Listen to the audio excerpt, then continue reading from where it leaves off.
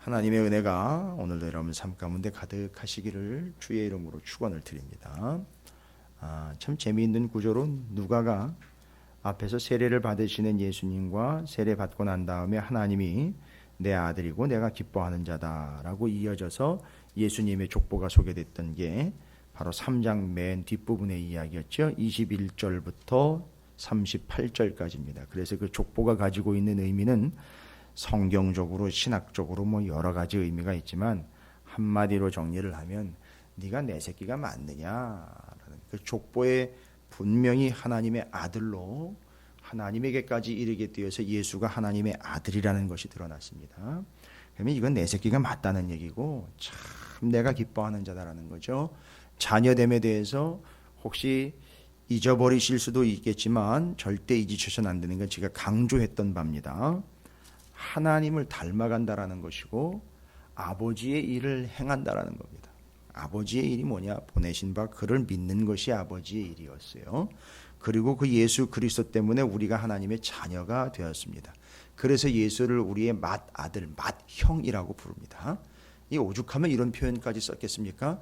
하나님은 하나님의 외아들, 하나님의 맏아들 이야기를 하면 6월절 어린 양 장자 사건이 이해가 안 되면 맏아들 이야기 이해가 안 되겠죠.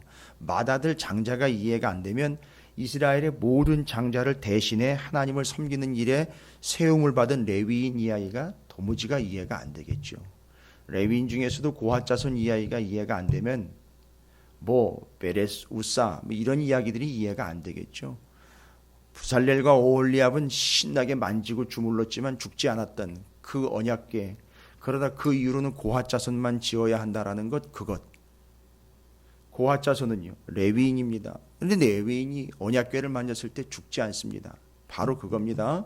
하나님의 곳으로 선택해서 하나님의 자녀가 되었고 하나님의 맏아들처럼 섬기며 하나님을 맏아들처럼 공경할 수 있는 그런 위치로 레위인, 6월절 장자, 또 오늘날 그리스도인들을 하나님의 자녀 삼으심, 맏형, 맏아들 대신 예수 그리스도, 이런 개념들이 다 정리가 된다면 이해가 되실 거예요. 그래서 족보를 통해서 하나님이 예수님을 내 새끼 맞다, 내 일을 하는 자다라는 거죠. 그게 나한테 기쁨이다라는 거죠.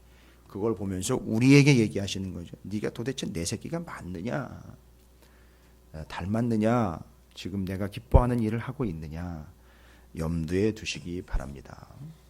왜 이런 이야기를 다시 드리느냐 하면 오늘 다시 어떤 측면에서 보면 그 내용이 반복되는 것일 수도 있습니다. 도대체 네가 내 새끼가 맞느냐라는 하나님의 한탄 어린 탄식 어린 질문들이 우리에겐 계속 쏟아지고 있는데 도대체 내가 너를 선택한 게 제대로 한 건지 맞는지 모르겠다라고 이야기할 그 근거를 오늘 말씀에 대고 있습니다.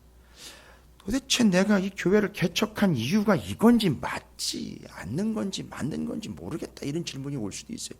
내가 도대체 너를 이 교회의 성도로서 선택한 게 맞는 건지 모르겠다라고 하나님이 정말 몰라서 묻는 게 아니라 그 속에는 엄청난 의미가 담겨 있겠죠. 도대체 희망과 소망이 보이지 않는구나 이런 얘기일 수 있어요. 그런데 오늘 본문에 보면 역시나 그 족보 이야기 나오기 전에 세례 받으신 이야기 2절과 그 뒤로 족보 나오는 것처럼 딱 그 구조를 가지고 있습니다. 4장 14절부터 30절까지 14, 15절 딱 2절 이야기하고 뒤로 16절부터 30절까지 또 그 구조로 얘기를 하고 있어요. 그러니까 앞에 있는 14, 15절과 16절부터 30절까지는 연결되어 있는 겁니다. 같이 연결해서 이해를 해야 돼요. 아주 쉽습니다. 복잡하거나 신학적인 논쟁거리가 되는 게 아니라 이건 우리를 후벼 파는 것과 같고 몽둥이로 내려치는 것과 같은 거고 이스라엘의 유다의 백성들에게 하나님은 천둥과 번개를 동반하여 그 가슴을 울리는 것과 같은 그런 소리입니다.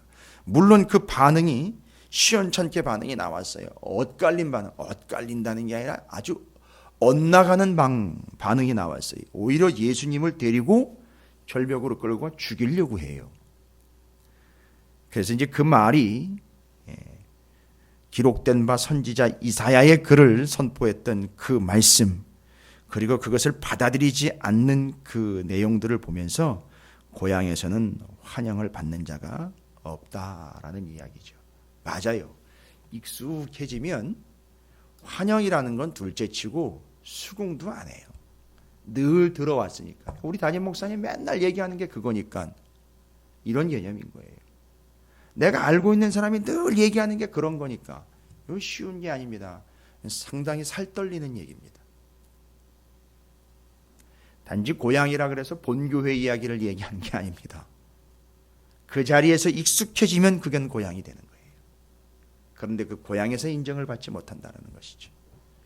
제가 성경을 아무리 강조를 하고 아무리 여러분에게 중요한 이야기요, 메인 메시지요, 하나님의 본 마음을 이야기한다 하더라도 미안한 얘기입니다만 여러분이 그냥 익숙하게 여기는 순간 맞습니다. 여기는 고향이 되는 거고 저는 예수님처럼 제가 예수라는 게 아니에요. 위치와 상황을 말씀드리는 겁니다. 환영 못 받는 그런 존재가 되는 것이죠. 그건 우리 서로도 마찬가지입니다. 서로가 서로에게도 마찬가지. 익숙해지면서 서로가 서로에게 그런 존재가 되어버리는 것이죠. 그러나 이거는 관계의 문제가 아니라 생명과 복음에 관련된 문제입니다.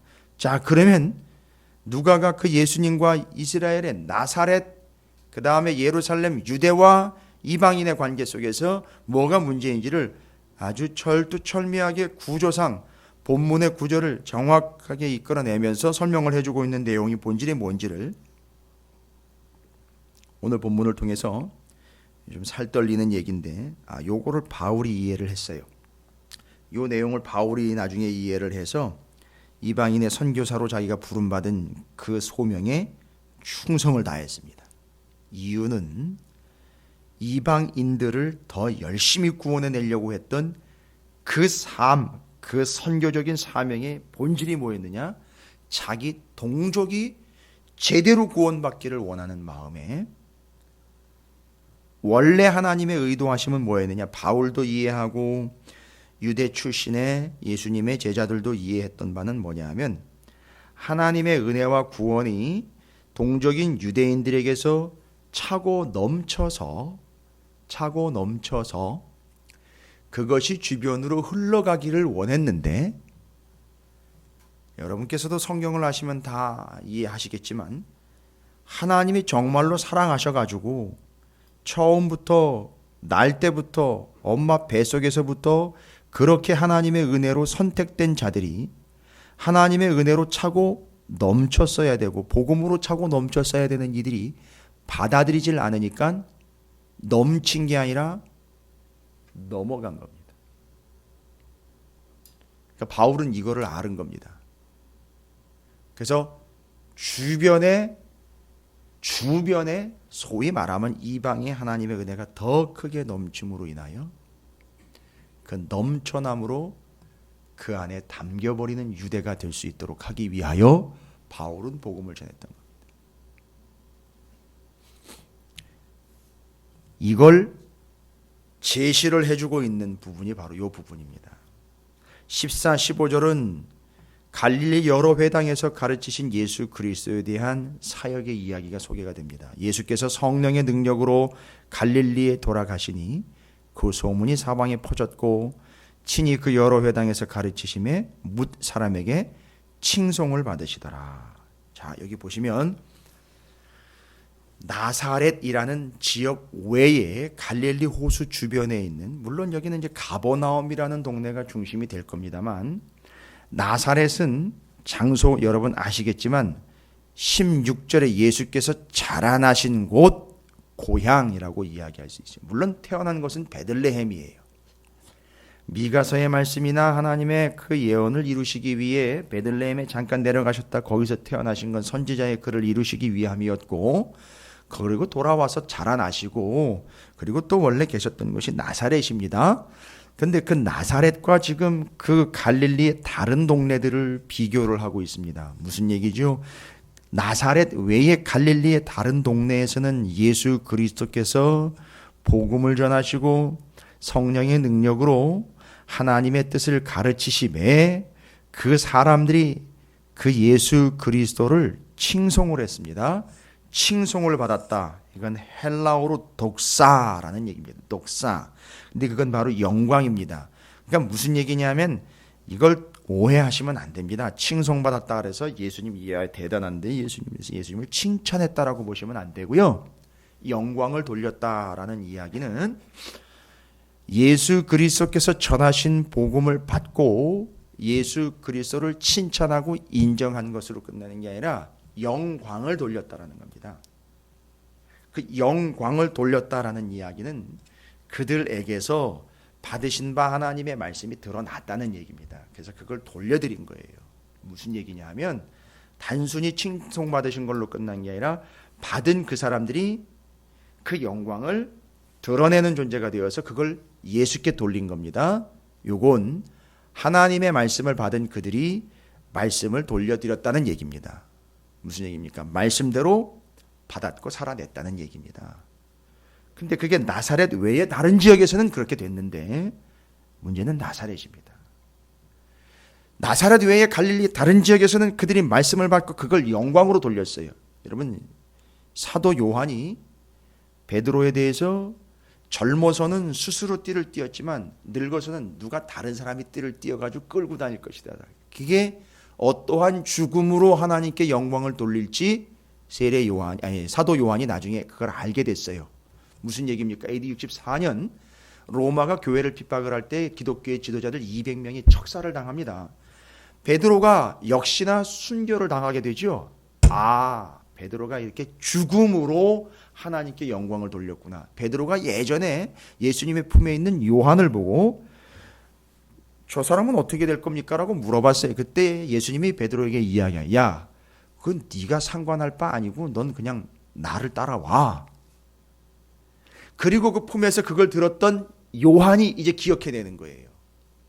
그때 나는 어떻게 될 것이고 베드로는 어떻게 될 것인지를 한 90년, 그러니까 베드로가 그 질문을 한 30년경, 베드로가 죽게 된 60년경, 다 죽고 2세대만 살아남게 됐을 때 끝까지 살아남은 예수님의 제자 중에 사도 요한, 요한계시록 기록할 때예요. 그때가 AD 90년경이거든요. 그러니까 30년, 60년, 90년 이대를 다 지금 본 거예요. 사도 요한은. 그리고 베드로가 죽는 것도 봤고요. 근데 그게 죽은 게 그냥 사형을 당한 게 아니라 죽음으로써 영광을 돌렸다는 거예요. 지금 여기 칭송을 받으셨다라는 얘기는 예수님께 영광을 돌렸다는 겁니다. 마치 베드로가 죽음으로 십자가를 거꾸로 지고 하나님의 말씀을 이루어 영광을 돌린 것처럼 여기 이 동네 사람들도 말씀을 받자마자 그 말씀이 자신들에게서 드러나서 그게 영광으로 돌려지게 됐다는 얘기입니다. 말씀대로 살았다는 얘기예요. 베드로는 죽음으로 영광을 돌렸고요. 그러니까 죽기까지 순종을 한 거예요. 그게 자기 십자가를 지는 거라고 표현을 하고 있어요.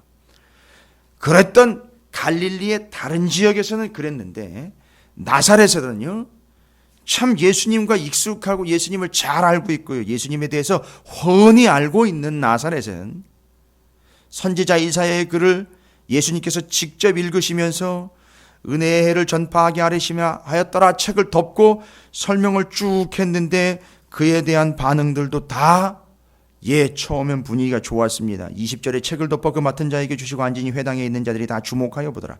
이에 예수께서 그들에게 말씀하시되 이 글이 오늘 너희 귀에 응하였느니라 하시니 그들이 다 그를 증언하고 입으로 나오는 바 은혜로운 말을 놀랍게 여겨 이르되 이 사람이 요셉의 아들 아니냐. 너무 잘 알아요. 그 복음을 잘하는 게 아니라 그 복음을 전한 자 예수 그리스도가 어떤 분인지를 너무너무 잘 아는 거예요. 그런데 그게 어느 수준에 머물러 있느냐? 정보 수준으로 머물러 있는 거죠. 익숙했던 알고 있는 바에 머물러 버립니다. 그리고 예수님이 하시고자 하는 얘기를 하십니다. 예수께서 그들에게 이르시되 너희가 반드시 의사야 너 자신을 고치라 하는 속담을 인용하여 내게 말하기를 우리가 들은 바 가버나움에서 행한 일을, 여기 가버나움이라는 말은 앞에 14, 15절에 갈릴리의 여러 동네 대표적인 도시인데요, 이 나사렛 말고 여러 동네에서 행한 일을 내 고향 여기서도 행하라 하리라, 그 얘기입니다. 여기서도 한번 해봐. 다른 동네에서 했던 거 여기서도 한번 해봐. 아주 교활한 모습이죠. 근데 여기서는 할 수가 없어요. 하기 싫은 게 아니라 나타날 수가 없습니다. 그걸 지적하는 겁니다. 다른 동네에서는 14, 15절처럼 다 했는데 왜 안 되는 겁니까? 왜 할 수가 없는 겁니까? 하면 뭐 합니까? 영광이 드러나질 않는 거거든요.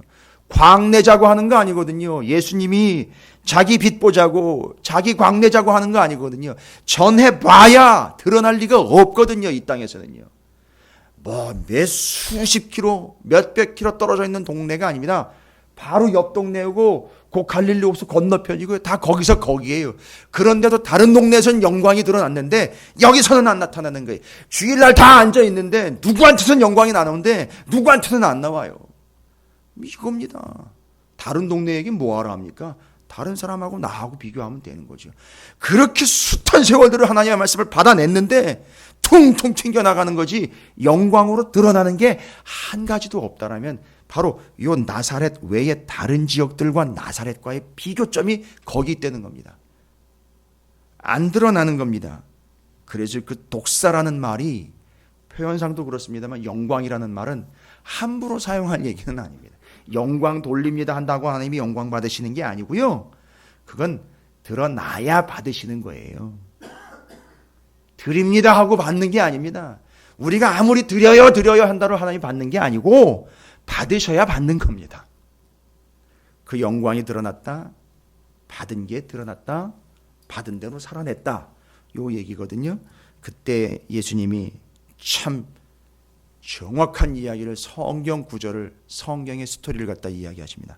내가 참으로 25절 너희에게 이르노니 엘리야 시대에 하늘이 3년 6개월간 닫혀 온 땅에 큰 흉년이 들었을 때에 이스라엘에 많은 과부가 있었을 때 엘리야가 그중 한 사람에게도 보내심을 받지 않고 오직 시돈 땅에 있는 사렙다의 한 과부에게 뿐이었으며 많은 혼자 사는 여인이 있었다는 거죠.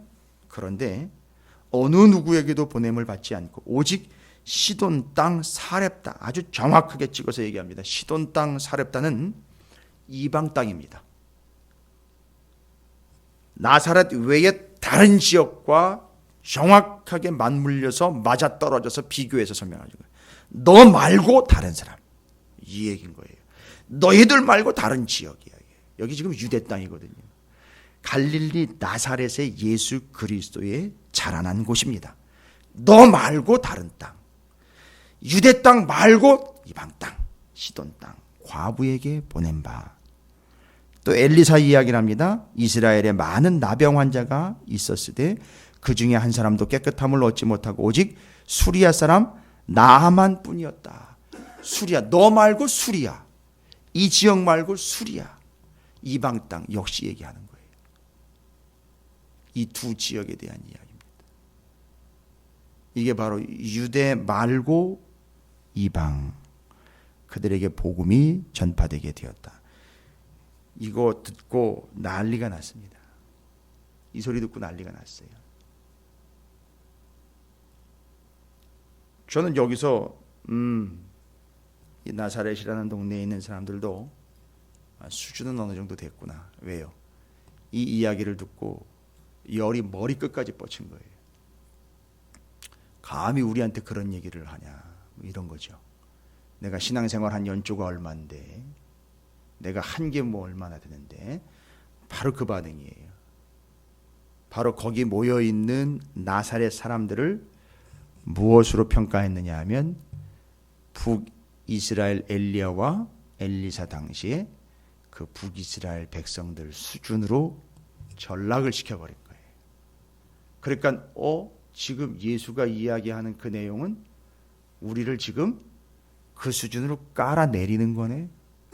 난리가 난 겁니다. 그 주변에 있는 나사렛에 살고 있었던 그 사람들이 지금 엘리야와 엘리사 시대의 그 북이스라엘의 패역한 그 백성들하고 우리를 비교를 해버렸어. 우리를 전락을 시켜버렸어. 죽여버리자 해가지고 그 예수를 끌고 절벽으로 끌고 가려고 했던 것이죠. 자, 이게 지금 누가가 이야기하고 있는 내용입니다. 둘을 정확하게 비교를 하고 있어요. 나사렛과 나사렛 외의 지역, 유대인들이 아닌 사렙다와 가부와 수리아의 나아만 장군 이야기. 이건 뭘 이야기하고 있죠? 유대 땅 아닌 오히려 이방 땅으로 복음이 더 먼저 들어가게 돼서 그들이 더 구원을 먼저 받게 되는 이야기. 유의하기입니다. 이건 뭘 얘기하는 거죠? 누가는 바로 이방 사람들에게 포인트를 맞추고 있어요. 유대인들을 깎아내리려고 하는 게 아니라 이 복음이 하나님의 관점에서는 누가 먼저고 누가 나중인 건 아니지만 책임감에 있어서는 먼저 받은 자들에겐 책임이 있다는 것이죠. 그래서 여기서 이해해야 될 것은 맞습니다. 먼저 구원받은 바 우리가 그 복음과 은혜로 넘어가는 존재가 아니라 넘쳐나는 존재가 되어서 주변을 변화시키는 그 역할을 감당하는 게 나사렛의 원래 역할이었는데 받아들이지 않았다는 것이죠. 익숙한 것 때문에. 주의하십시오. 익숙하고 잘 알고 있고 친근하다는 것 때문에 넘어가는 경향이 없잖아 있습니다. 우리에게서 넘쳐나야지 넘어가 다른 그릇부터 채우게 되는 다 하나님의 역사예요. 그러나 나는 뭡니까? 우리는 뭐가 되는 겁니까? 하나님은 하나님의 역사를 어찌했든 이루실 겁니다. 그러나 우리는 뭐가 되는 겁니까? 밑바닥에 그냥 바닥이나 적시고 말 그런 그들의 수준으로 넘어가는 게 아니라 하나님이 직접 부으셔서 주변으로 넘쳐나게 하시길 위하여 만약에 찾으시는 교회와 여러분이 선택됐다면 충분히 받아내셔서 넘쳐남으로 주변을 변화시키며 주변에게 복음이 통과가 되는 그 귀한 통로가 되시기를 주님의 이름으로 축원을 드립니다. 오늘 우리에게 주신 사명입니다. 소명입니다.